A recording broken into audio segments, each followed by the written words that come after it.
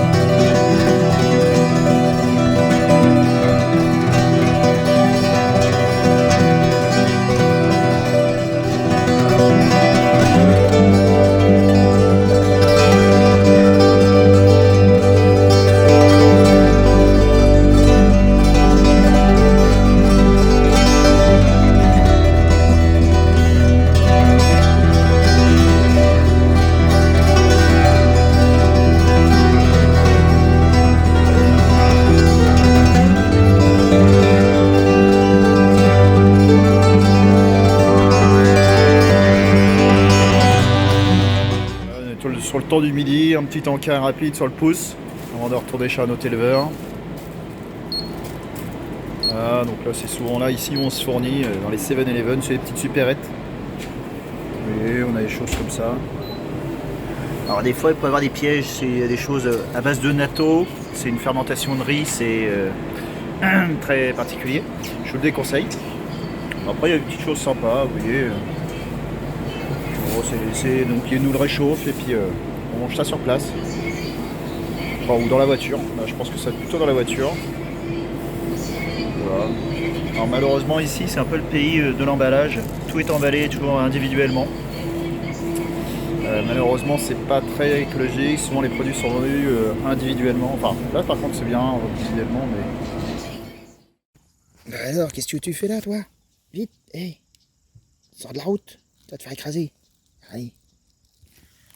Hop.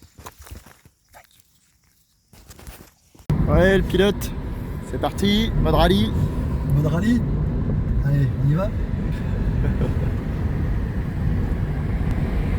Bon, la journée touche à sa fin.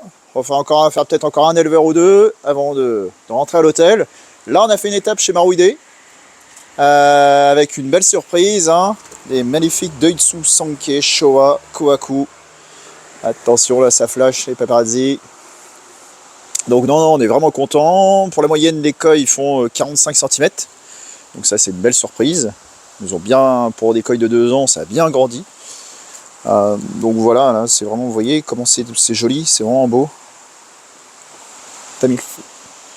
Vous voyez, donc c'est vraiment une ferme assez modeste. En fait, cet éleveur-là travaillait avant travaillait chez Isa Koi Farm. En fait, il travaillait pour lui. Hein. C'était un employé, je cherchais le terme, pardon. Et là maintenant, depuis quelques années, il est vraiment, il travaille uniquement, il se consacre uniquement à sa ferme. Donc voilà, et c'est un très très bon éleveur de Doitsu. Vous voyez. Non, et là il a mis le filet, je suis désolé, je peux pas vous montrer. Donc il fait principalement des Doitsu, Showa, Sankei et Kohaku. Bien sûr, il fait quelques Showa, des magnifiques Showa. Là, vous voyez, là on est dans sa serre. Là, c'est les Tosai qui vont être vendus l'été prochain. Là, ils sont âgés de 6 mois, même pas. Et vous voyez, là, c'est des coilles qui ont été pêchées et eu un harvest cet après-midi. Et donc là, ils sont à disposition des clients comme nous. Donc c'est vraiment très propre, c'est une belle ferme qui a été bien pensée pour... et en plus, ils ont vraiment des eaux qui est vraiment top, qui est vraiment propre. Ici, on a encore des Showa qui sont vraiment très belles pièces. Donc là, c'est notre studio photo.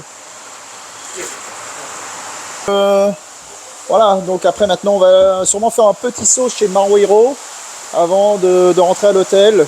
On a vu quelques coilles qui nous intéressaient. À notre grande surprise, on a fait pas mal d'éleveurs. Beaucoup d'éleveurs n'avaient pas encore pêché. Donc les bassins dans les serres sont vides. Et donc du coup, voilà, on rentre avec un peu les poissons, avec pas de poissons, dans les poches. Mais bon, ça c'est pas grave parce que ça va pas tarder à arriver. Bon après, bien sûr, les gros éleveurs, bon, ils commencent à rentrer et ça, on sait qu'on en aura tout le temps. Donc ça, il n'y a aucune inquiétude, hein, c'est juste une question de timing. Et dans très peu de temps, tout sera rempli partout et on ne saura plus où donner de la tête. Mais bon, ne vous inquiétez pas, il y en a suffisamment de coilles pour bien plaisir. Donc voilà. Allez, maintenant direction Maruhiro. C'est parti, go!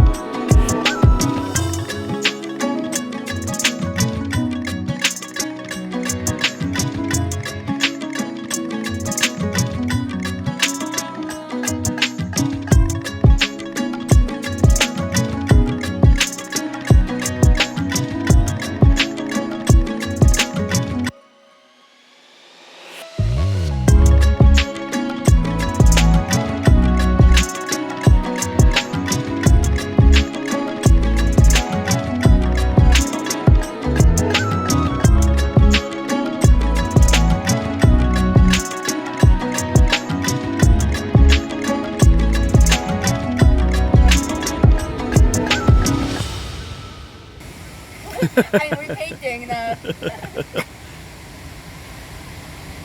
Bon, dernière sélection de la journée. Là, on est chez Maruhiro, comme je vous disais tout à l'heure, après notre visite de chez Maruhide. Bon, on s'est fait un petit plaisir, là, c'est pas mal. On est assez content, je vais vous présenter ça. En attendant, je vous fais un petit peu le tour de la boutique, comme on dit. Bon, là, actuellement, ça rentre aux gens. Vous voyez ici, là, sur un bassin avec des coilles de belle taille. Là, on est sur les coilles les Sansai, Yonsai, des grosses pièces. Vous voyez, il y a vraiment du choix, hein, c'est vraiment magnifique. Pour donner un ordre d'idée, on est sur des coilles qui font minimum 50 cm. Et il y a du choix. Hein. Donc voilà, on va remettre l'oxygène parce qu'ils sont nombreux, ils en ont besoin. Là, allez, on y va, on se lance. Voilà, hop, David. Là, on va remplir les formulaires. En attendant que David me remplisse tous mes petits papiers, moi je continue à vous faire une petite vidéo. Voilà, vous voyez, là, il y a la taille de mes pieds, la taille des coilles. Bon bah voilà, ça vous donne une ordre d'idée. Vous voyez le Kohaku, là on est sur un Kohaku qui fait au moins 80 cm. C'est vraiment énorme, c'est énorme. Bon, là-haut, c'est le bassin rond qu'on peut voir en photo. Je vous le montre pas parce que il n'y a rien du tout dedans, tout simplement. Moi, je vous remontre mon petit bowl avant de faire mes petites photos individuelles. Allez, hop. Alors, bon. Les gars sont occupés, je reviendrai. Bon, allez, vas-y, on y va. Allez, regardez l'épaisseur de la planche. Oh, je tomberai pas cette fois-ci. Non, Koh-Lanta. Allez, hop. Vous voyez, donc là, il n'y a plus rien du tout. Enfin, non, pas plus rien du tout. C'est plutôt que c'est vide complètement. Vous inquiétez pas. Je vais y arriver, excusez-moi. D'ici une petite semaine, ouais, on va avoir du lourd et des magnifiques pièces. Donc, voilà. En attendant, vous voyez, c'est pas énorme, hein, mais bien sûr, il a d'autres serres un peu à droite et à gauche. Là, ici, c'est vraiment consacré à la vente. Attention, les bandes d'enfoirés là. Ils m'auront pas. Allez, je vous montrer ce qu'on a pêché. De toute façon, ça va être en photo individuelle et en vidéo dans quelques instants sur le site. Vous voyez, on a 2 Kyutsuri normal, un Kyutsuri Ginrin, un Itsuri, un Kujaku assez rouge. Alors sur la photo, il fait un peu orange, mais je vous promets, il est vraiment rouge. Et un Akamatsuba Ginrin. Il n'y en a pas beaucoup et c'est pour ça qu'on l'a pris parce que c'est assez intéressant. Voilà, voilà un petit peu fin de journée pour nous. Aujourd'hui, on a fait beaucoup de routes. Enfin, beaucoup. On a fait plutôt beaucoup d'éleveurs. Comme je vous disais, en fait, il y a les petits éleveurs, tout ça, pas encore pêché. Donc, du coup, voilà, il faut encore attendre un petit peu, mais d'ici quelques jours, je ne m'inquiète pas. Ça va y aller et là, on va pouvoir se faire plaisir. Mais bon, en attendant, on s'ennuie pas. Allez, à bientôt et à demain.